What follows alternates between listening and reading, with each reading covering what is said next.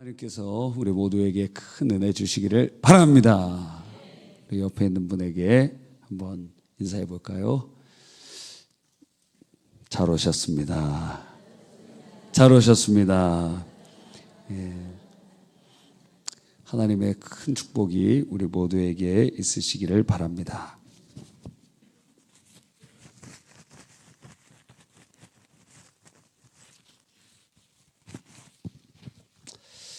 자, 복습을 한번 해봐야 되겠죠. 항상 공부 잘하는 사람은 복습을 잘한다. 자, 왜 이걸 계속 할까요? 믿음은 들음에서 나고 들음은 그리스도의 말씀으로 말미암느니라. 계속 반복하면서 이게 그냥 탁 튀어나와야 됩니다. 그리고 그게 마음판에 새겨져서 그 씨앗이 자라나야 돼요. 그래서 하나님의 말씀이 우리 안에 무엇이 돼요? 말씀이 믿음이 되면 믿음이 되고 믿음으로 잉태되고 믿음이 무엇을 출산해요? 기적을 출산한다. 결국 믿음 싸움인데 그 믿음의 근거는 하나님의 말씀으로부터 오게 됩니다. 그래서 계속 교회에서 반복적으로 우리가 살펴보면서 우리 안에 뭐가 생길 때까지? 믿음이 생길 때까지 하나님의 말씀을 상고하고 하는 것입니다. 첫 번째, 치유는 하나님의 뜻이다. 하나님의 뜻이에요. 그러니까 여러분이 아플 때 먼저 뭐 해야 됩니까? 기도해야 되는 거예요. 왜? 치유는 하나님의 뜻이기 때문에 그냥 가벼이 넘기면 안 됩니다. 주님께서 우리 치유가 하나님의 뜻이면 그것을 위해서 예수님 십자가에 못 박혀 죽으실 때 우리의 영혼뿐만 아니라 우리의 육체도 치유하신다면, 그렇다면 우리는 기도해야 되고 치유를 간구해야 돼요. 두 번째, 치유에 대해서 갈망해야 돼요. 갈망하고 소망해야 돼요. 이 갈망이 없는 사람들이 많다니까요. 그래서 이게 그 보면 사람들이 이 사람 죽을 것인지 안 죽을 것인지는 그들의 태도만 봐도 알 수 있어요. 갈망해야 돼요. 소망해야 돼요.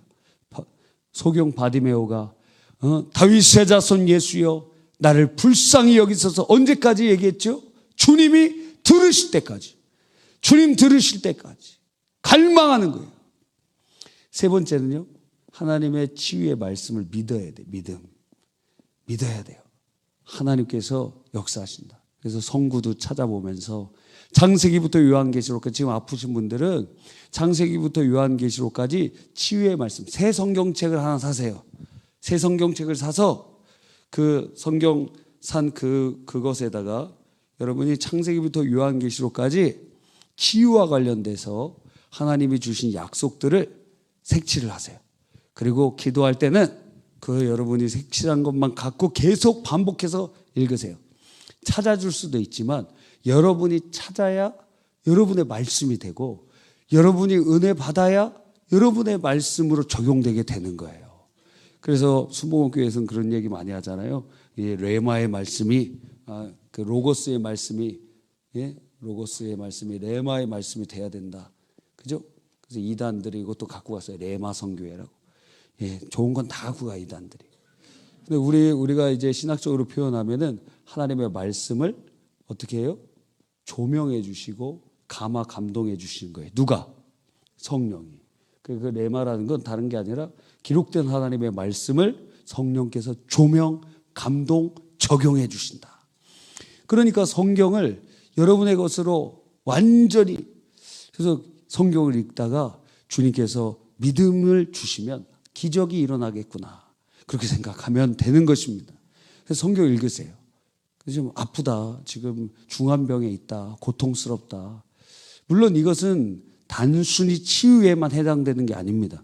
여러분의 삶 속에 직면해 있는 그게 어떤 문제이든지 간에 주님, 제가 주님의 은혜를 간구합니다. 창세기부터 요한계시록까지 여러분의 문제에 대해서 주님께서 하시는 음성을 들으라는 거예요. 그리고 거기에다가 밑줄 치고 그것 가지고 와서 교회 와서 그것 성경책 넘겨가면서, 왜?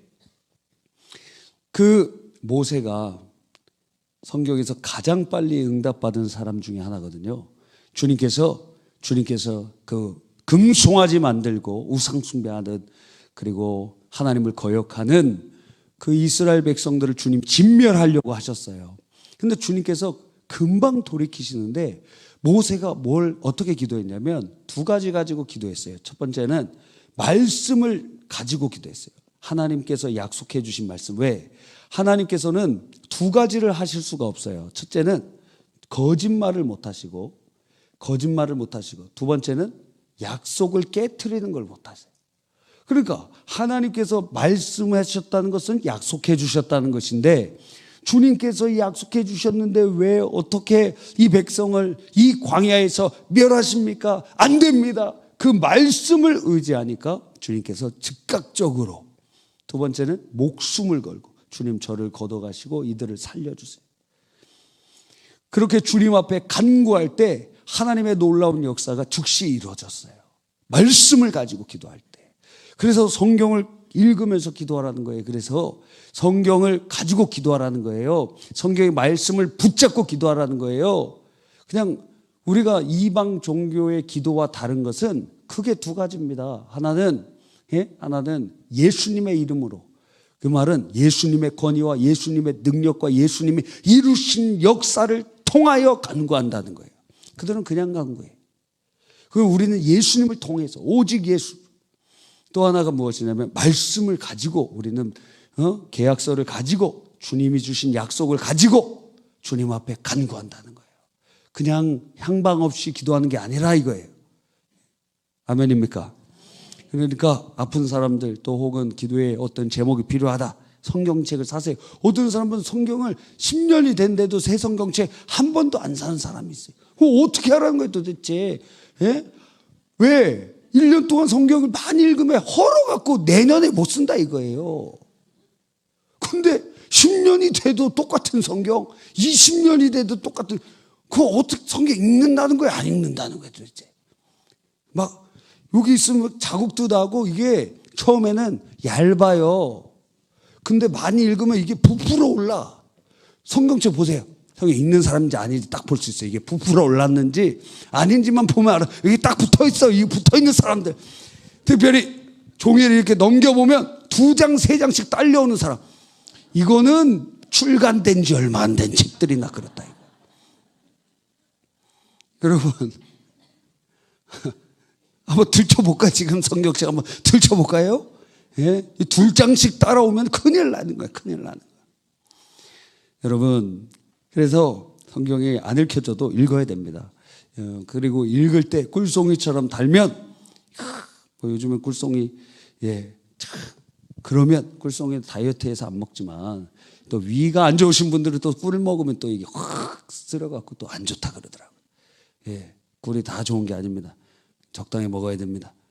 자, 그러니까 모세가 바로 그러한 기도로 간구했는데 말씀을 가지고 주님 앞에 믿음으로 간구했어요. 네 번째는 뭐죠? 용서해야 된다.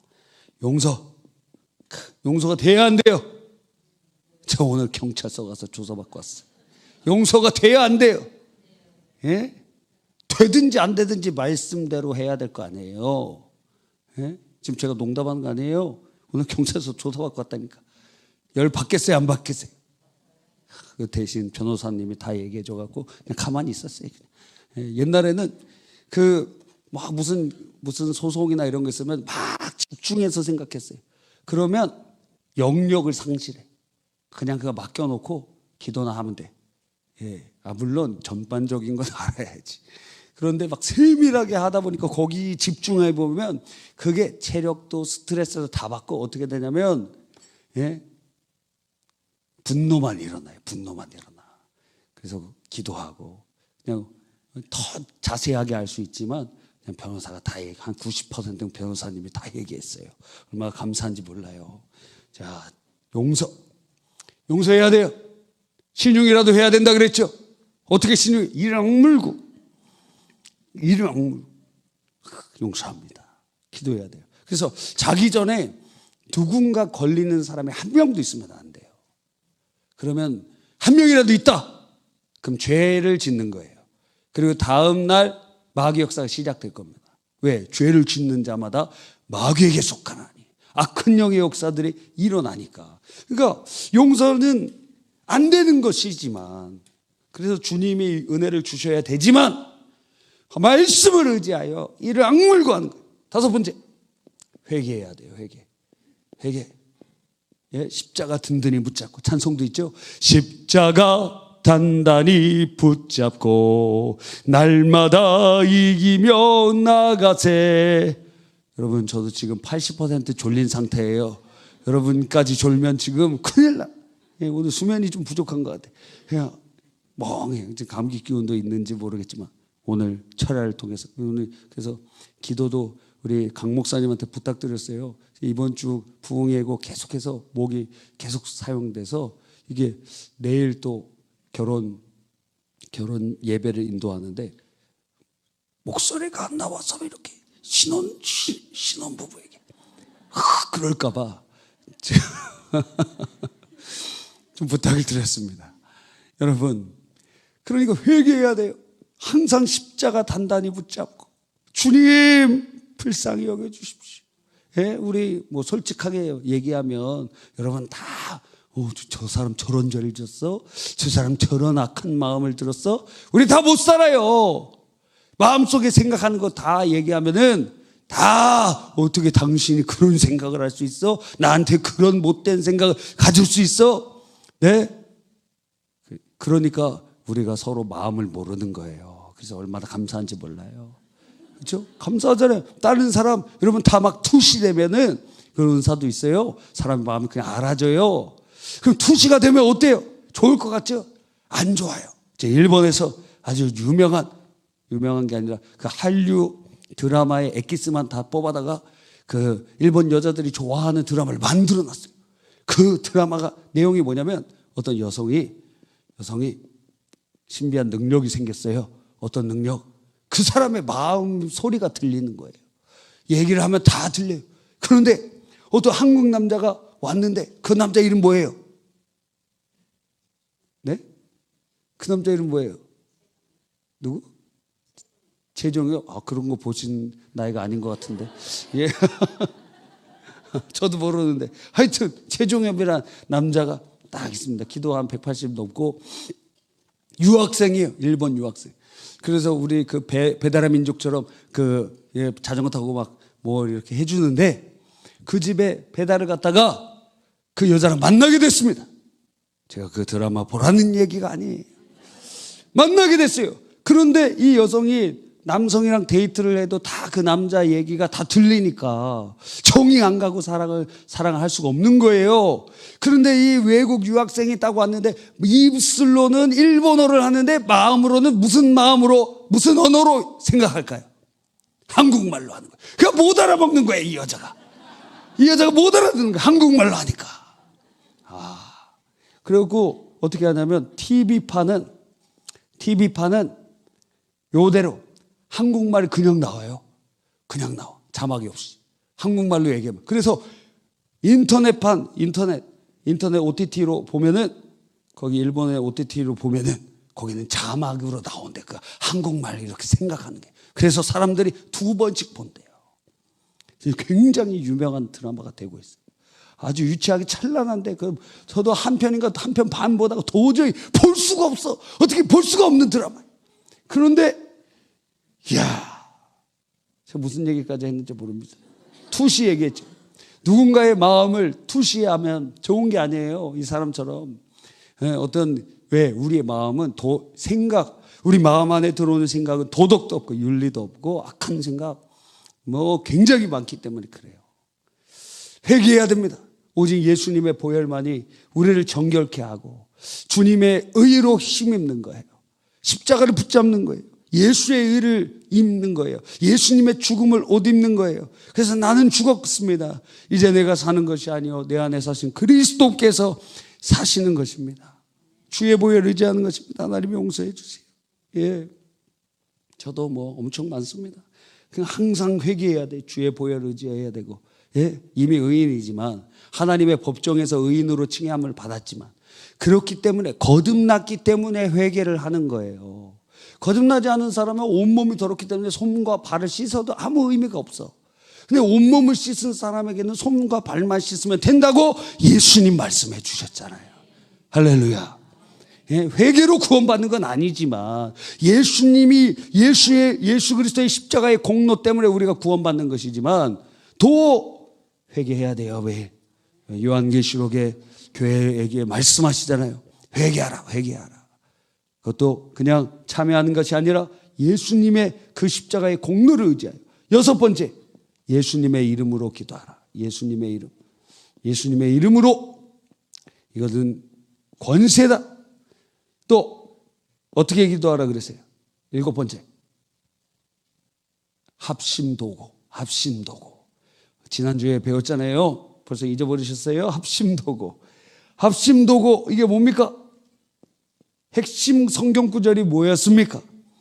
바로 중풍병자의 4명을 데리고 온 사람들, 가족인지 친구인지 몰라요. 그러나 중풍병자를 침상채로 데리고 왔는데 주님께서 누구의 믿음을 보셨어요? 친구들의 믿음을 보셨다. 그게 예수님께로 중풍병자를 데리고 왔어요. 그게 합심하여 4명이 그 사람을 위하여 주님께 간구한 거예요. 합심도구. 베드로가 옥에 갇혔을 때 어떻게 했어요? 거기에 지역에 어떤 마리아가 여러 명인데 어떤 마리아 집에서 거기서 막 기도하잖아요. 막 간절히 합심도구 하는데 하나님께서 기적적으로 베드로를 풀어주게 되시는 것을 보는 것입니다. 오늘 8번째로 무엇을 살펴보려고 하냐면 바로 치유와 기름 부음, 기름 바름, 기름을 바름, 이거를 살펴보려고 하는 거예요. 야고보서 5장 14절 두 번째 읽은 본문이죠. 다시 한번 읽어보겠습니다. 시작.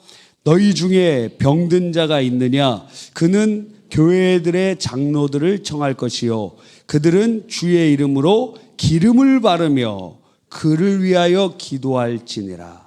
기름 바름, 기름을 바르며. 여러분이 치유 기도 받을 때 기름을 누가 막 발라주면서 기도 받은 적 있습니까? 이제 그 카톨릭에서는 견진예라고가 있어. 견진 기름을 발라주는 거예요. 이마에다가 이렇게 받아보신 분 없으세요? 기름을 그렇게 하면서 하신 예식이 있어요. 그럴 때 성령을 받는다고 생각해. 그들은 영세를 받으면 어떻게 되냐면 예수님으로부터 의가 주입된다고 생각해요. 의인이라고 칭해지는 게 아니라 의가 주입된다고 생각해요. 또 이 안수 받으면서 기름 부음을 발라주면은 성령이 그들에게 임재한다고 생각을 하는 거예요. 견진예라고 하는데. 자, 기름 바름. 이 기름 바름은 도대체 무엇을 의미할까? 우리 거기 다시 한번 여러분 야고보서 한번 읽어주세요. 다시 한번 읽어주세요. 시작.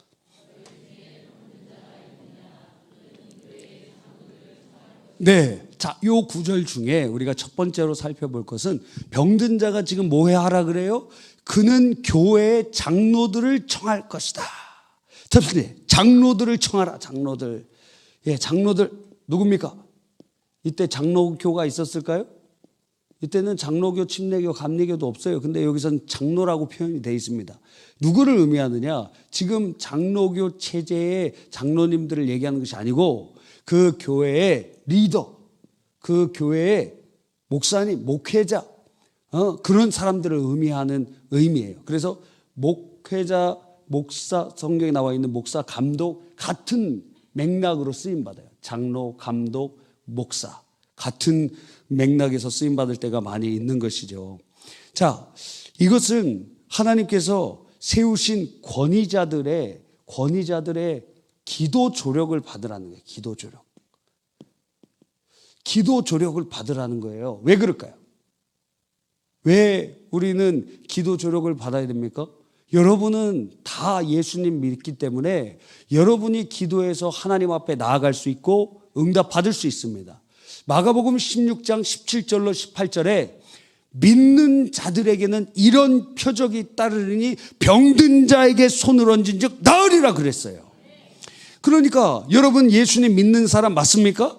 그러면 여러분이 기도하면 낫는다는 거예요. 근데 왜 장로들을 불러야 돼요? 왜 기도 조력을 받아야 될까요? 그런데 우리는 각 사람이 하나님 앞에 설 수 있고, 각 사람이 주님 앞에 간구할 수 있고, 각 사람이 주님의 은혜를 받을 수 있고 치유를 받을 수 있을 그런 자격을 가지고 있는 사람들인데, 도대체 왜 장로들을 불러야 되느냐, 왜 목사님한테 기도를 받아야 되느냐, 기도 조력을 왜 성경은 요청하라고 하고 있느냐 하는 것입니다. 왜 그럴까요? 그것은 첫 번째 한번 생각해 볼 수 있는 것은 바로 이것은 우리가 지난주에 배웠던 함께 기도, 합심 기도를 의미하는 거예요. 지금 너 혼자 골방에서 기도하지 말고, 골방 기도는 하나님과 교제를 위해서 기도하는 거예요. 그런데 질병을 치료하기 위해서는 합심하여 기도하라는 거예요. 지금 어떤 사람들, 그런 사람들 있죠. 자기 병 걸렸는데 막 쉬쉬하는 사람들이 있어요. 예? 그래서 우리나라 속담에도 무슨 속담이 있죠? 병은 자랑해라. 병은 자랑해라. 왜? 뭐 어떤 사람들, 여러분, 내가 질병에 걸려서 막 자존심도 상하고 사람들의 말거리 될까봐 그렇게 생각하잖아요. 그런 사람 있긴 있어요. 그런 사람이 있긴 있지만, 그런데 그걸 듣고 그것에 대한 치료법을 알려줄 사람, 좋은 병원을 인도해 줄 사람, 좋은 또 어떤 기회를 만나게 해줄 사람도 있다라는 거예요. 그러니까 합심하여 기도하는 것, 우리가 개별적으로 골방에서 주님과 내밀한 교통도 필요하지만, 이렇게 중한 질병이 있을 때는 기도의 제목을 오픈하고 함께 기도해달라 그래야 되는 거예요. 하나님, 그래서 교회에 장로들을 불러서 합심하여 기도하는 거예요. 같이 기도해달라고 부탁하는 거예요. 하나님 인도해달라고 기도하는 거예요. 예를 들어 적용해 보면은, 우리 예를 들어 목사님한테 기도도 받고 교구 식구들 이렇게 모여서 같이 기도하고 그러는 거예요. 그렇게 하라는 거예요. 두 번째는 무엇이냐면 대표성의 원리입니다. 대표성. 자, 이 장로들이 지금 우리식으로 하면은 교회 목회자를 의미한다면, 목회자는 무엇을 대표하죠? 교회를 대표해요. 목사님보다 더 많이 기도하는 성도님들도 있고, 그리고 신유 은사가 있는 사람들도 있어요. 근데 목회자가 은사도 없고 능력도 없고 기도에도 역사가 일어나지 않을 수도 있는데도 왜 장로들을 그들을 통하여 기도 조력을 받으라고 하느냐? 대표성 때문에 그래요. 그러니까 이 사람의 은사가 있든지 없든지 기도 받아야 되는 이유는, 그 교회에 대표로 누굴 세워놨느냐? 바로 그 장로들을 세워놓으셔서 그 대표된 목회자를 통하여 주님께서 누군가에게 은혜를 주시는 통로로 사용하신다는 거예요. 그러니까 이분은 은사가 없어요. 이분은 영적인 권세가 없는 것처럼 보여요. 그러나 주님께서 그 교회의 대표자로 세워놨다면, 그 교회의 양들이 그 기도 조력을 받을 때 이 사람 준비가 되어 있고, 하나님의 뜻이면 능력이 없는 그 사람을 통로 삼아서 하나님이 역사하신다 이거예요. 그러니까 기도 받아야 돼요. 그러니까 어리석은 사람들은 그렇게 기도 안 받는 사람들도 있어요. 그게 아니에요. 기도 받으라는 거예요. 왜? 그 능력의 유무와 상관없다. 왜? 주님께서 대표자로 세워나셨기 때문에 그 통로로 하나님이 사용하시면 은사가 있든지 말든지 하나님이 일하실 수 있다라는 거예요. 그래서 이 대표성의 원리가, 이게 굉장히 중요한 원리라고 할 수 있는 것입니다. 그러므로 교회에서 주님께서 이 대표자로 세워주셔서 영적 권위를 주신 것 아닙니까? 영적 권위라는 것, 여러분, 권위라는 건, 권위 주인은 나쁜 것이지만 권위는 있어야 될 것 아니에요. 구역장이 권위가 있어야 구역원들이 말을 듣지.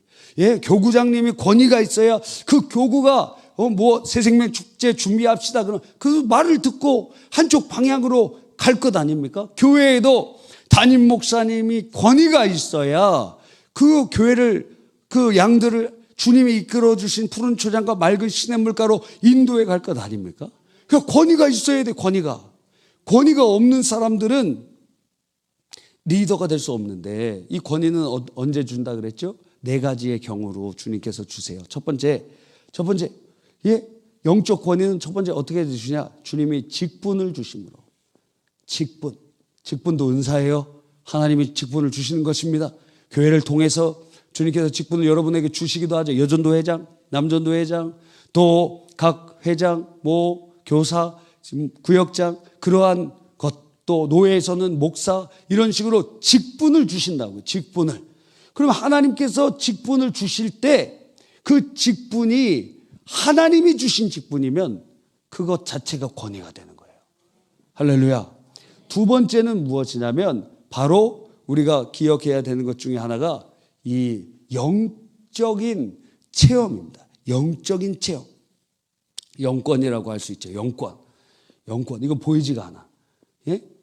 하나님과의 관계 속에서 많은 은혜를 체험하고 하나님의 은사를 경험하고 하나님이 막 함께 해주시는 능력의 역사가 나타나. 그럼 저절로 권위가 생겨요. 저절로. 예? 그 사람에게 능력이 있으면. 그렇지 않겠어요? 세 번째는 무엇이냐면 종애도예요. 종애도. 성도들의 종이 된다. 내가 마음을 먹고 하나님 앞에 주님 제가 종입니다. 하나님의 종이며 성도의 종입니다. 그러면 주님이 낮아진 자를 높여주세요. 아, 내가 직분만 받고 있어도 권위가 있지만 그런데 다 튕겨져 나와요. 누군가는 인정하지만 누군가 인정하지 않아. 그래요. 그러니까 종애도가 되어 있으면 어떻게 되느냐면 대부분의 사람들이 그 사람을 인정해줘요. 왜? 하나님이 낮은 자를 세워주시기 때문에. 우리가 낮추면 주님이 세워주세요. 내가 이러한 직분이 있어. 그런 내 말을 들어야지. 제일 어리석은 사람이 누구냐면 내가 목사니까 성도님 말 들으십시오. 내가 교구장이니까 내 말을 들으십시오. 물론 주님이 직분 주신 건 맞습니다. 그거 권위가 있어요. 그러니까 역사가 일어날 수 있어요. 그러나 종이 되지 않으면 대적자들이 계속 일어나. 반대자들이 계속 일어나. 너나 잘해. 네가 뭔데. 이 두 가지 단어가 항상 찾아오는 거예요. 너가 뭔데. 너나 잘해. 이렇게 하는 거예요. 그러니까 종이 돼야 돼요. 낮은 곳엔 경쟁자가 없다. 낮은 곳에는 다 낮아지려고 안 하기 때문에 그곳에는 사람이 없어요. 낮아진 곳에는. 예? 그러니까 종이 되면 하나님이 높여주세요. 다섯 번째는 무엇이냐면 그 사람을 위해서 기도할 때 무엇이 생기냐면 사랑이 생겨요. 이 사람이랑 직접 우리가 1대1로 교제하는 거 굉장히 중요하죠. 예, 저는 이제 I 성향이기 때문에 사람들을 많이 만나면 에너지가 소모가 많이 돼요. 상당히 만나고 싶지 않은 경우가 많아요. 예, 왜? 혼자 있을 때 에너지가 차오르기 때문에 그렇습니다. 예, 예외를 두자면 저랑 같이 사는 분 정도 그 정도 예외고 다른 사람 만나는 것 자체가 지금 에너지 소모나 이거예요. 예? 그러니까 어떻게 해줘야 돼? 여러분 어떻게 해줘야 돼? 자, 만나는 것 자체가 에너지 소모. 근데 담임 목사가 성도들을 안 만날 수 있어요? 만나야 되잖아요. 그러니까 엄청 힘든 거예요, 그게. 지금 힘든 사역을 하는 거예요. 그래서 성격 좋은 사람, 친화력이 있는 사람은 주님이 안 세우시고 아이형인 채 저를 세우셔갖고 여러분을 섬기게 하시는 거, 이게 지금 기적의 역사 아니냐 이거예요. 놀라운 일이라 할 수 있는 것입니다. 그런데 막 여러 사람들을 만나고 얘기하고 그러면서도 교제가 되지만 인간이 영적인 존재이기 때문에 그 사람을 위하여 기도하면 어떻게 되는지 아십니까? 그 사람이 한 손에 이렇게 붙잡히게 돼요. 그 사람을 향해서 사랑의 마음이 생겨요. 그리고 그 사람을 향해서 주님께서 그 사람이 기도해 주는 그 사람한테 딱 딸려 들어와. 영적인 권세가 생겨요. 집안에서도 하나님께서 가장을 영적 리더로 세웠는데 부인이 열심히 기도하잖아요. 그러면 그 가정의 향방이 다 누가 결정하게 되느냐? 그 기도하는 그 사람 뜻대로 거의 다 이루어지게 돼 있어요. 왜? 영적 권세가 글로 임하니까. 그 사람을 위하여 기도하면서 그 사람을 향한 사랑의 마음뿐만 아니라 그 사람이 그 기도하는 사람에게 딱 붙잡혀 와요. 남편들이 힘이 있는 것 같고 자녀들이 지혜가 있는 것 같고, 그런데 기도하는 여러분의 영적 가장이 된 거예요. 근데 이게 부조화가 있지. 하나님의 창조의 질서에는 여러분의 남편이나 남자들을 주님께서 세워놓으셨는데 영적으로는 실제적인 리더가 지금 여자예요. 그러니까 이게 부조화가 일어나면서 가정의 천국이 이루어지지 않는 거예요. 그럼 어떻게 해야 되느냐? 지혜로운 부인들은 항상 남편이 하나님 앞에 설 수 있도록 그것을 서포트해 주고 세워지면 어떻게 돼? 그러면 그 가정의 질서가 온전해지면서 가정의 천국의 역사가 일어나게 된다는 거예요. 절대 포기하면 안 돼요. 헌금하는 것, 봉헌하는 것, 헌신하는 것, 그거보다 더 중요해요. 남편 구원하는 것이. 남편이 은혜 받는 것이. 남편이 영적인 리더십을 갖는 것이. 왜? 주님께서 그 사람을 통하여 그 통로를 통하여 역사하시기 때문에. 우리가 구역장 세미나 때도 말씀드렸잖아요.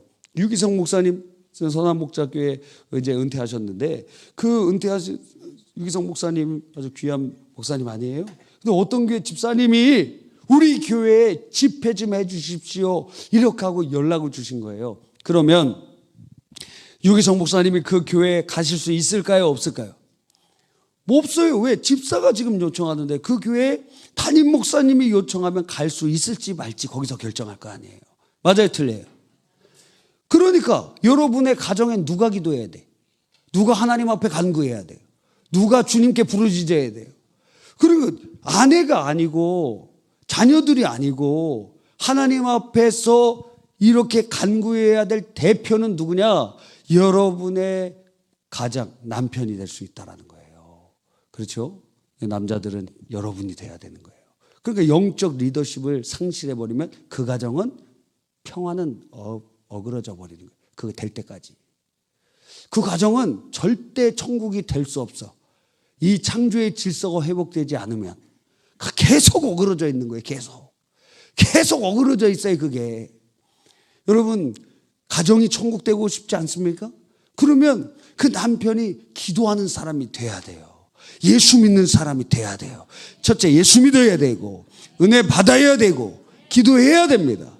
그러니까 항상 새벽기도 올 때 철야 올 때 누구 데리고 와야 돼요? 남편 데리고 와라. 남편 데리고 와라. 남편이 소철하신 분은 그럼 여러분이 대표자니까. 예? 여러분을 끌고 나와야지. 그럼 막 자려고 하는 내 영혼아, 내일 잘지어다. 그리고 데리고 나와야 될 거 아니에요. 근데 이제 자녀들이랑 같이 살고 이제 남편 죽었다. 그러면 죽었다는 표현이 좀 그런데 먼저 천국 가셨다 그러면 어떻게 해요? 자녀가 어릴 때는 이제 어머니가 리더십 갖지만 이제 자녀가 컸다 그러면 장남의 이제 권한을 가져요. 근데 걔네들을 계속 데리고 30살인데도 데리고 살고 그러면 애들 버리는 거예요, 여러분. 그러니까 빨리 독립을 시키세요. 돈 못 모으면 어떻게 해요? 그렇게 살아가는 거예요. 부모님 돈 무서운 줄 알아야지.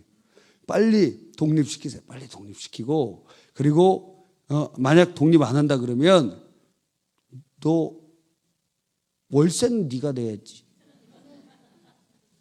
월세는 네가 내야지. 지금 직장 다니고 있는데 지금 당연한 거 아니에요? 아닌가? 물론 저도 그렇게는 못했습니다. 그러나 계속 얘기하는 것은 저희 자녀들을 잘 들으라 이거예요.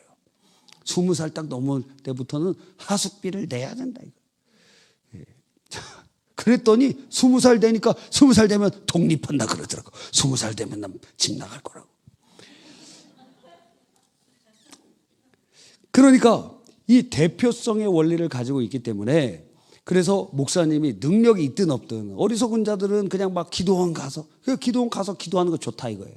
그런데 그 교회에 지금 여러분이 누구에게 소속되어 있느냐 이거예요. 주님께 속해 있고 그 지역 교회의 리더로 지금 여러분의 목회자를 세워놨다 이거예요. 그럼 주님께서는 질서를 통해서 역사하실 때 그 목회자에게 기도받기를 원하시는 거예요. 그래서 믿음의 역사가 그 목사님의 능력의 유무와 상관없이 대표성의 원리에 따라 주님께서 도구로 사용하시면 역사가 일어난다는 거예요. 할렐루야. 이것을 인정할 때 하나님의 큰 은혜가 일어납니다. 그래서 이 교회 생활에 적용해 보면, 예? 너무 일찍 끝날까봐 좀 여러 가지 말씀드리는 거예요. 그럼 기도 인도자가 너무 힘들잖아. 그러니까 대표성. 교회에서 목사님이랑 관계가 안 잘못되어 있으면 그러면 그 교회에서는 신앙생활을 못한다 이거예요. 왜? 은혜의 통로가 막히기 때문에. 그 제일 어리석은 사람이 누구냐? 목사님이랑 신경 좀 버리고 목사님이랑 관계가 안 좋은 사람들, 그런 사람들은 자기 영혼을 죽이는 사람이라고 해도 과언이 아니다 이거예요.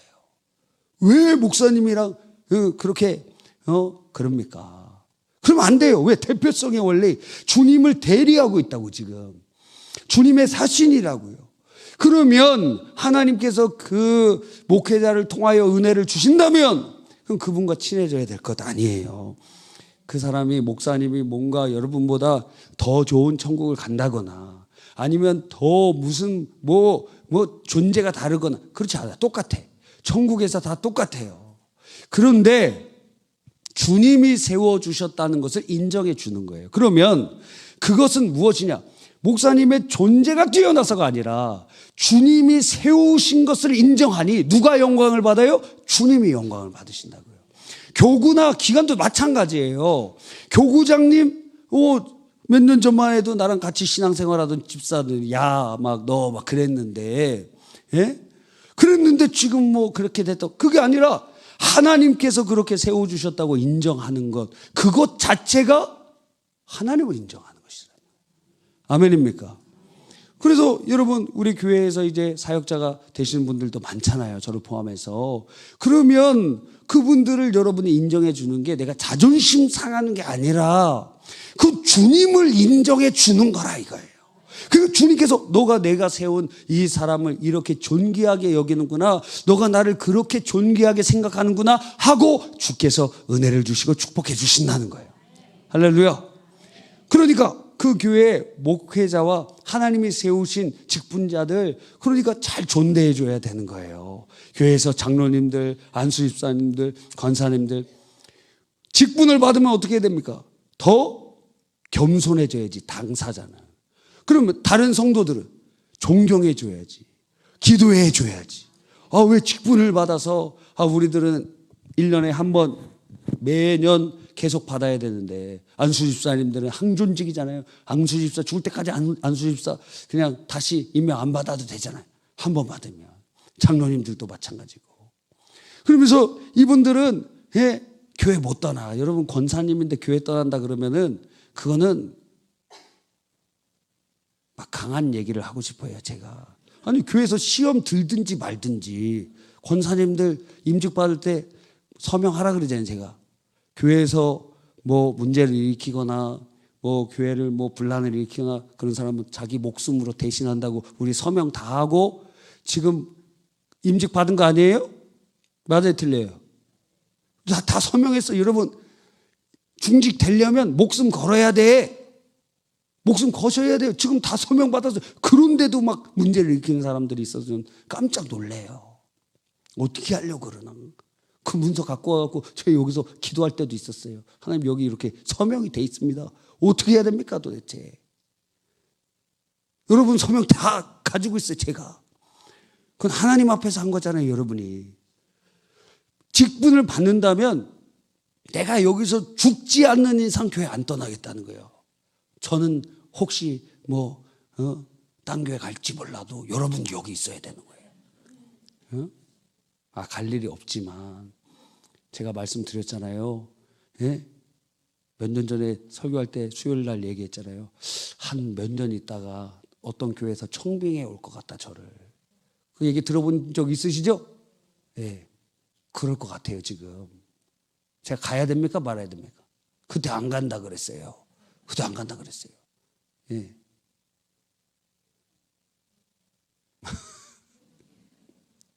자, 심각하게 보고 계신데.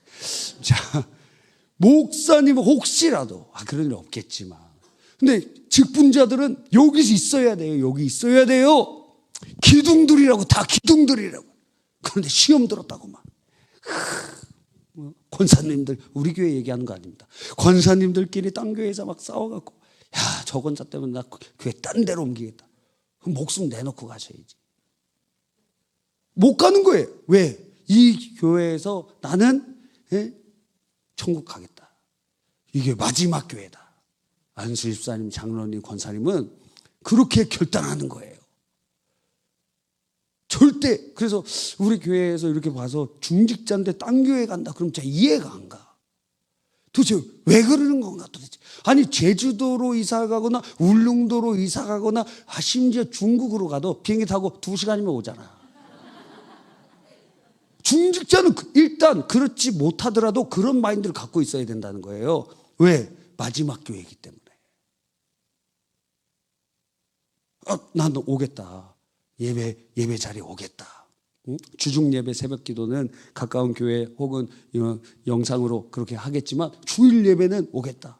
그래서 인천 제2교회 우리 아시죠? 이건영 목사님 은퇴하셨는데 제2교회 거기는 성도들이 이제 여기가 구도심이라 다 외곽으로 다 이사 갔어요. 그런데 주일날만은 다 모이는 거예요. 다 모이는 거예요. 다 모이는 거예요. 여러분, 하여튼 그래서 우리 교회에서 이제 어제 지난번 부흥의 첫날 우리 김구현 목사님 오셨을 때 그날 공동회의 했다 그랬잖아요. 권사 후보 17명인데 1명만 됐다 그랬어요. 16명 떨어졌다 그랬어요. 예. 우리 교회는 내면 다 돼. 내면 다 돼요. 내면 다 돼. 근데 다음 봄부터 그렇게 될까? 그래서 지금 기도 특전단 기도 제목 거기에 올라가 있죠? 교회 공식 기도 제목에도 올라가 있어요. 그래서 거기 지금부터 기도하고 있어요. 교회에서 문제 일으킬 사람 하나님 아예 걸러주십시오. 그렇게 기도하고 있어요. 그리고 제가 보니까 교회에 매일 기도하는 사람은 문제를 안 일으켜요. 그래서 새벽 기도하는 사람만 뽑으시라 이거예요. 예? 아시겠어요? 매일 기도 안 하면 그 사람 뽑으면 안 돼. 왜? 자기 고집대로 하니까. 기도하면 내 고집대로 막 하려고 그러다가도 기도하면 너 멈춰라. 너 잠잠하라. 주님께서 말씀하시거든. 권사님 뽑을 때도 누구 뽑아야 돼요? 새벽 기도 하시는 사람들 뽑아야 되고. 예. 안수 집사님, 장로님들도 새벽 기도. 왜냐하면 지금 직장 때문에 못하는 분들이 있는데 직분자는 직장보다 교회에 헌신하기로 결단하는 거예요. 두 개가 딱 겹쳐 있다. 그럼 교회를 선택할 수 있는 사람이어야지. 저 직장 때문에 안 되는데 그럼 그거 될 때까지 다음에 지원하십시오. 그래야지. 그거 아니에요? 여기는 주님이 주인이신 교회일 뿐만 아니라 그 하나님의 자녀인 여러분의 집이라고요. 여러분의 집이에요. 여러분의 집.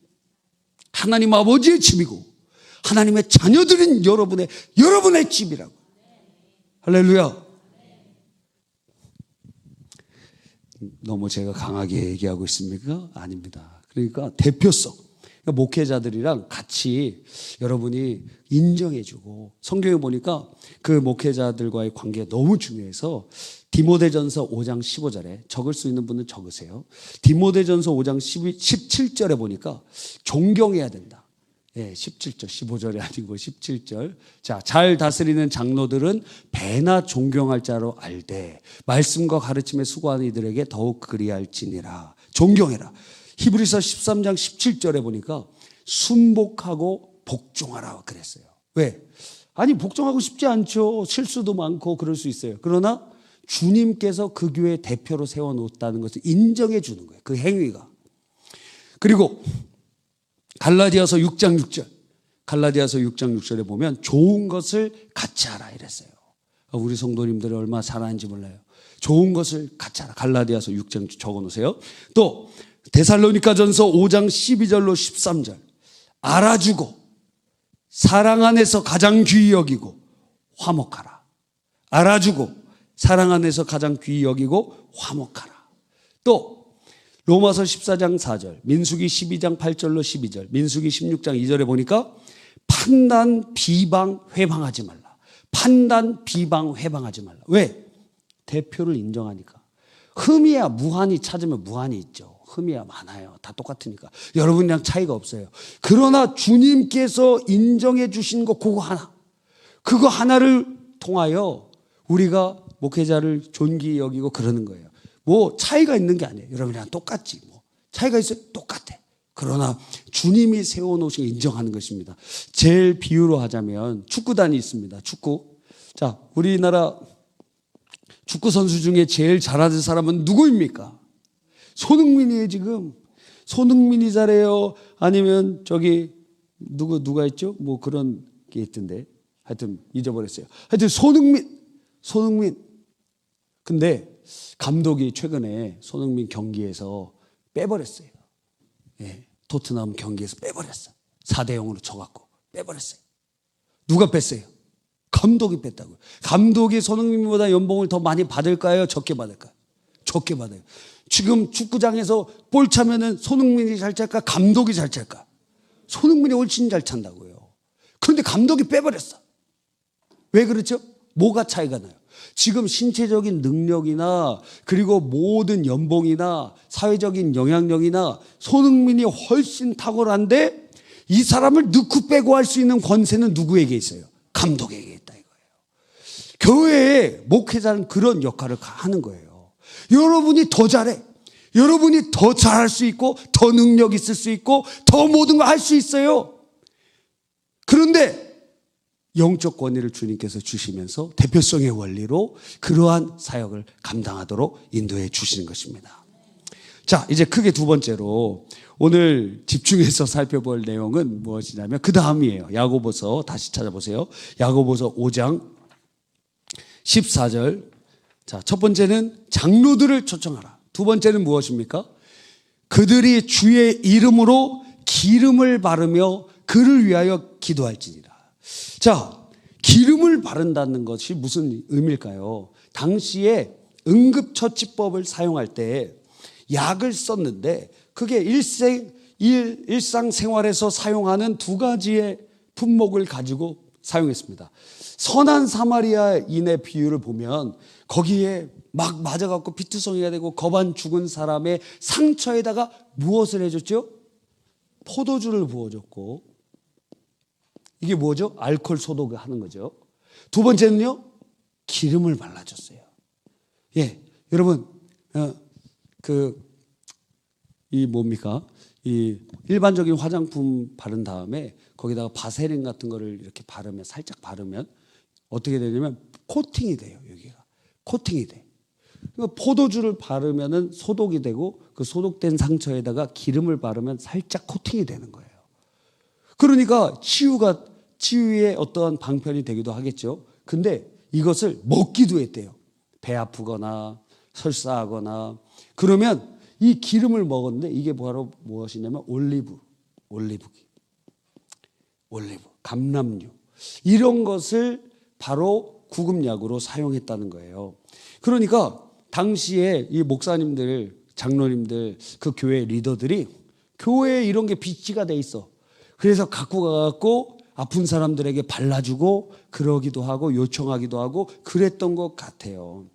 여러 가지 의미가 있지만 이것을 우리의 삶 속에 적용해 보면은 우리가 볼 수 있습니다. 뭘 볼 수 있느냐? 자, 이 당시에 약으로 사용됐던 기름을 가지고 바른다. 이동원 목사님은 이렇게 표현했어요. 그 책에 보니까 당시에 기름이 많은 경우에 의약품으로 쓰였다. 그래서 병든 사람의 치료한 정당한 수단으로 사용하면서 또한 기도해야 된다. 이것은 무엇이냐면 우리가 아플 때 병원 가도 괜찮다 이거예요. 이 정당한 약을 사용하고 그 당시에 치유받을 수 있는 것. 한번 생각해 보십시오. 바울이 누구를 데리고 다녔죠? 의사 누가를 데리고 다녔죠. 왜? 바울이 몸에 질병이 있었잖아요. 자기는 다른 사람들 고쳐줬거든요. 그런데 본인은 질병이 있었어요. 누가를 데리고 다녔다고. 누가가 의사라고 칭해지잖아요. 진짜 의사인지 아닌지 모르지만 의사라고 칭해져요. 그러니까 이상하잖아요. 주님께서도 말씀하시기를 아픈 사람에게 의원이 필요하다 이렇게 말씀하셨어요. 성경에 여러 가지의 구절을 보면 바로 그런 표정이 있고 또 디모데전서 5장 23절을 보면 이 디모데에게 바울 사도가 이렇게 얘기합니다. 너 너 위장이 안 좋은 것 같은데 지금부터 철야기도 해. 이게 아니라 뭐라고 됐어요? 이제부터 물만 마시지 말고 내 위장과 자주 나는 병을 위하여 포도주를 조금 써라. 이게 지금 당시에 약으로 썼다 그랬잖아요. 그러니까 지금 기도하라고 그래? 안 했어요. 너 위장이 지금 안 좋은데 그 위장병 치료해달라고 철야기도해. 철야기도. 새벽기도해. 작정기도해. 안 했고 어떻게 해요? 포도주를 조금씩 써라. 그렇게 얘기한 거예요. 누가? 바울 사도가. 이건 무엇을 얘기합니까? 바로 우리가 하나님께서 우리에게 주신 일반 은총을 사용하라는 거예요. 병원 가도 됩니다. 또 약 먹어도 됩니다. 왜? 병원에서 의사들이 고치는 것도 하나님께서 그들에게 의술의 지혜를 주시고 방법을 깨닫게 해주시고 그것을 통하여 하나님께서 고치시는 역사를 이루어 가시는 일반적인 은총이라는 거예요. 약도 마찬가지예요. 약을 개발할 수 있는 지혜를 주시고 하나님께서 그러한 은혜를 주시는 게 일반 은총이라는 거예요. 이거 사용하라는 거예요. 사용하라. 그런데 중요한 것은 무엇이냐? 사용하되 기름 바르되 기름으로 그 환부에 아픈 곳에 바르되 그런데 주의 이름으로 기도하고 할렐루야. 우선순위를 결정하라는 거예요. 주 예수 그리스도의 십자가의 복음, 그 예수님이 십자가에서 이루신 그것이 공로가 되고 그것이 원인이 돼야 된다. 그거 없이 세상적인 방법으로만 의지하지 말아라. 이 모든 것도 하나님이 하셔야 되는 것이다. 그리고 우리 예수 믿는 사람들은 특별히 십자가의 공로, 예수님이 몸짓고 피 흘려 죽으시고 부활하신 그 공로의 특별한 은혜를 받기 때문에 특별한 은혜. 그러니까 그것을 예수님의 이름으로 의지하여 누리라 이거예요.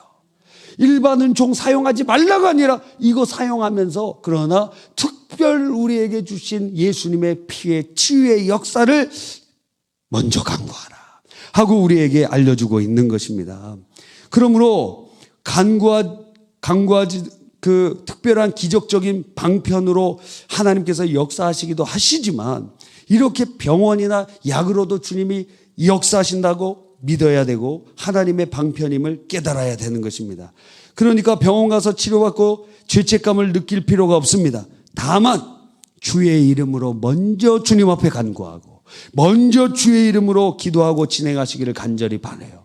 특별히 마음의 병과 관련돼서 지금은 많이 좋아진 편이지만 정신과 병원이나 약을 먹지 않는 사람들은 많이 있습니다. 예, 우리가 몸이 너무 아픈 병원 가잖아요. 그거와 마찬가지로 정신병원 갈 수 있어요. 그거 잘못된 것 아니에요.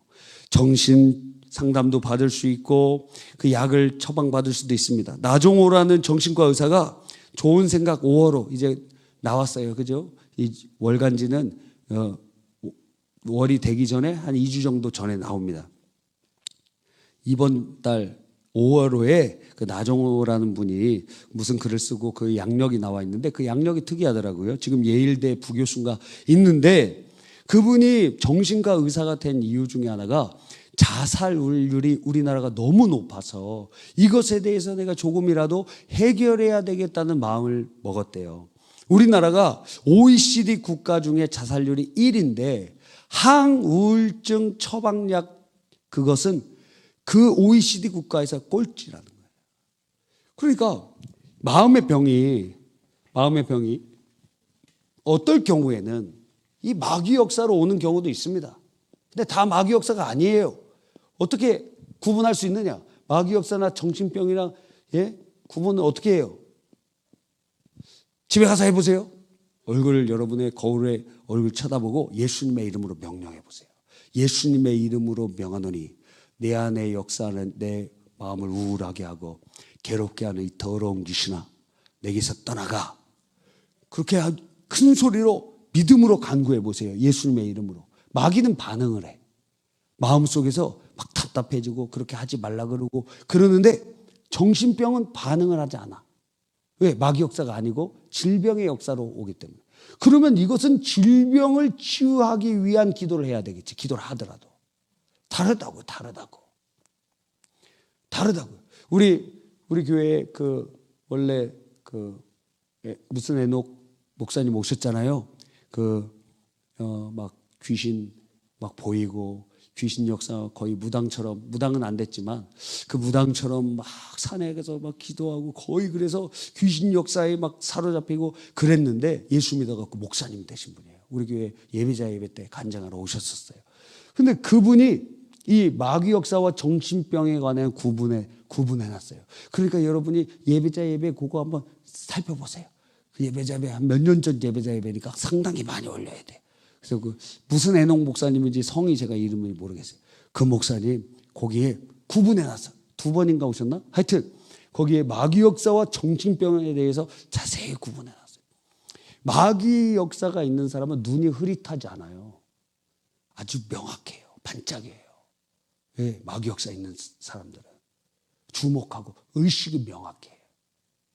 물론 막 아주 사로잡히면은 완전히 막 이상하게 되는 경우도 있지만, 근데 정신병은 흐리멍텅해 기도해도 가만히 있고 그럴 수도 있어요. 왜? 그게 사탄으로부터 온 것이 아니기 때문에. 그럼 그런 여러 반응들이 있을 수 있다 이거예요. 그러면 그게 마음의 상처로부터 왔다. 그러면 이 사람은 상담을 받아야지. 좋은 기독교 상담가들에게 상담을 받아야지. 이것이 무엇으로 왔냐? 이것이 육체의 어떠한 부분의 문제로 왔다. 그러면 어때요? 그러면 약을 써야지.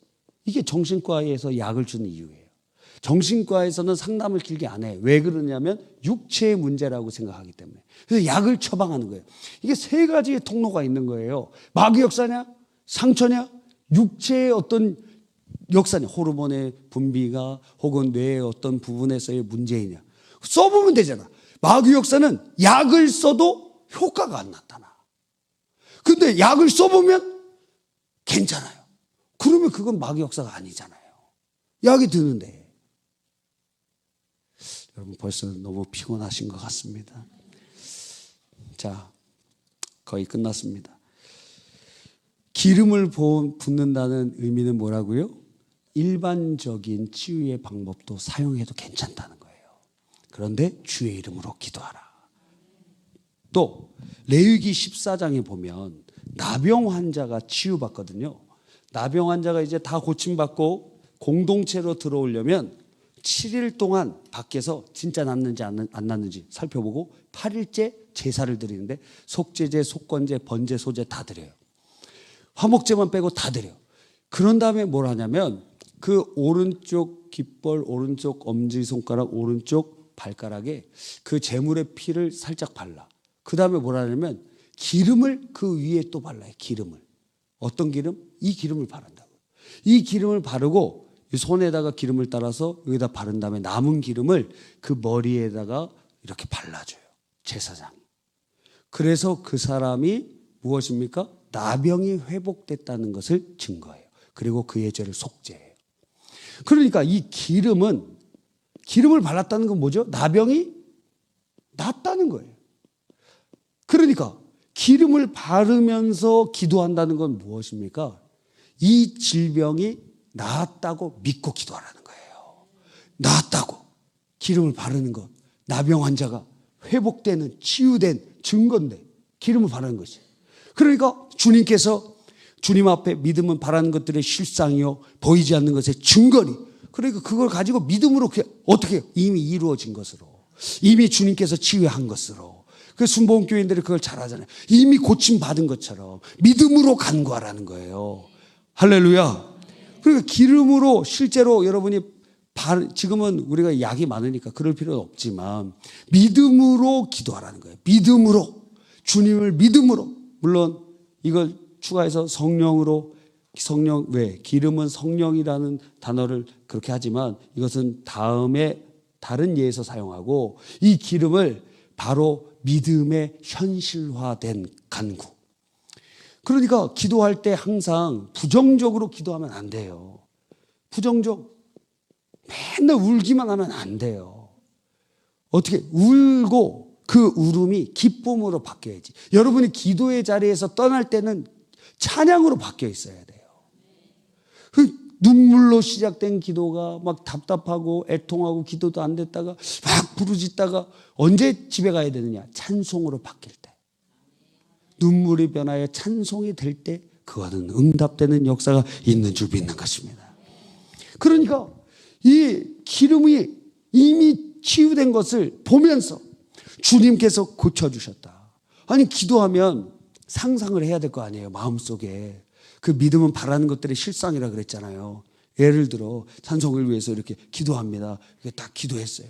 그러면 여러분이 아픈 곳에 여러분 가족을 위해서 이렇게 기도해요. 그러면 이 사람이 치유받았다는 것을 기도할 때 봐야지. 믿음으로 간구하라 그랬잖아요. 그 믿음의 실상이 우리 마음속에서 이루어진다고요.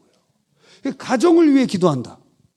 가정이 지금 막 깨어지고 쑥대밭이에요. 근데 교회 와서 울면서는 기도해. 그리고 막 원망합니다. 누구 때문에 우리 집안이 이렇게 되고 막 힘듭니다. 하나님 어느 때까지입니까? 어느 때까지입니까? 그리고 그거는 토설 기도는 될 수 있겠죠. 근데 그 응답 못 받아요. 예? 왜? 믿음으로 맞춰야 될 것 아니에요. 주님께서 그 기도를 들으시고 기도하고 구한 것은 받은 줄 믿으라 그러셨잖아요. 어디에서 먼저 받는다 그랬어요? 우리 마음 안에서 먼저 받는 것이에요. 그러니까 여러분이 기도할 때는 이미 받은 것을 마음속에 확실하고 구체적으로 그리면서 하나님이 역사하실 것을 기대하면서 그렇게 기도해야 돼요. 할렐루야. 예를 들어 집을 위해서 기도한다. 하나님 왜? 우리가 무슨 집 투자하려고 지금 집 달라는 거예요? 여러분이 지금 월세로 살고 전세로 살고 지금 또 이사 가야 되는데 하나님 집은 하나 있어야 되지 않겠습니까? 언제 2년마다 계속 언제 이사 가? 언제 계속 이사 가요 여러분? 몇십 번 이사 갈 거예요? 그게 배우자 사망만큼 이사하는 스트레스가 높아요. 그러니까 2년마다 배우자 죽는 거랑 마찬가지야. 그 스트레스 엄청 받는다는 거예요. 그리고 월세도 막 올려달라고 그러면 이거 감당할 수 없는데 하나님 제가 주님을 위해서 헌신하고 살아가고 싶은데 이거 집 문제 때문에 이렇게 고민하고 어려워야 되겠습니까? 하나님 집 하나 주십시오. 그거 기복주의 기도예요? 마땅히 기도할 수 있는 기도다 이거예요. 하나님의 자녀로 간구할 수 있는 기도다 이거예요. 하나님 집 주세요. 하나님 집 주세요. 예? 가족들 들들 볶지 말고 주님 앞에 어떻게 기도하느냐? 기도할 때 하나님이 응답해 주신 것을 마음속으로 이렇게 바랍니다. 여기 지금 들들 볶는 분이 상당히 많이 계신가 봐요. 마음속으로 구체적으로 어떤 아파트, 어떤 집, 어떤 구조, 몇 평 그리라고 마음속에 하나님께서 왜 믿고 구한 것을 받은 줄로 믿으라 그랬잖아요. 그러니까 내 안에 그게 그냥 있어야 된다 이거예요. 막연하면 안 돼. 그럼 막연한 응답이 있을 거예요. 구체적으로 하나님 앞에 이미 이루어진 것처럼 그렇게 간구하는 거예요. 그 긍정적으로 기도하는 거예요. 하나님의 역사를 기대하면서. 예를 들어 여러분의 교구가 부흥되기를 원한다. 그러면 딱 마음속으로 그리면서 하나님 앞에 내 소원을 올리고 믿음으로 내 마음속에 이루어지는 거예요. 여기 교회당을 이렇게 바라보는데 우리 1교구가 여기 본당 여기가 꽉 차고 줄 2층까지 꽉 찼네. 1교구 모여라. 그래서 예배가 주의 2부 예배가 1교구만 다 드리는 거예요. 너무 많아갖고. 이야 2교구는 더 많아갖고 3부 4부 이렇게 나눠서 항상 부정적으로 생각하면 안 돼요. 또 더 축복을 주시는. 그걸 한번 그려보시라는 거예요. 네? 이곳에 가득 차 있다. 그래서 성경은 계속 이미지를 우리에게 보여주시잖아요. 물이 바다 덮음 같이 여호와를 인정하는 것이 온 세계에 가득하고 그거 바라보라는 거예요. 예? 천국에 보고 온 사람이 많지 않은데도 성경은 천국을 그려주면서 봐라. 청사진을 봐라. 내가 이루어질 것을 너에게 줄 은혜를 봐라 이거예요. 봐라. 여러분 그러니까 마음속에 그것을 믿음으로 간구하고 기름을 바른다는 게 그거예요. 이미 고침 받았다고. 주님 이미 치유해 주셨다고. 이미 응답해 주셨다고. 그게 오늘의 실제가 그게 되든지 말든지. 그건 기도가 아니에요. 바라지도 않고 믿지도 않고 그거 뭐예요 도대체. 누가 기도 대신해줘요? 여러분 기도 누가 대신해요? 저는 여러분 기도를 대신해요. 그래서 송구영신 예배 때 내주신 거 그거 기도하느라고 엄청 힘들어요. 그거 막 이렇게 넘기면 또 기도하는데 힘들어요. 또 여러분 아프신 분들 여기 기도 제목 이렇게 주시면 그거 가지고 막 기도하면 어느 때는 하나님께 막 화를 낼 때도 있어요. 하나님 아파서 잠을 못 잔다 그러지 않습니까? 하나님 아파서 지금 예배도 못 나온다 그러지 않습니까? 어떻게 합니까? 주님 고쳐주셔야죠. 예배 드리려면 고쳐주셔야죠. 막 그럴 때가 막 생겨요. 그런데 더 한 발자국 나가면 이미 기름으로 발랐다 이거예요. 주님이 회복시키고 공동체로 들어오게 하시고 그걸 바라보면서 기도하라는 거예요. 할렐루야. 그런데 항상 중요한 게 무엇이라고요? 주의 이름으로. 항상 기름이 역사가 일어나는 게 아니라 장로들이 능력이 있는 것이 아니라 누가 능력이 있으세요? 예수께서 능력이 있으시다.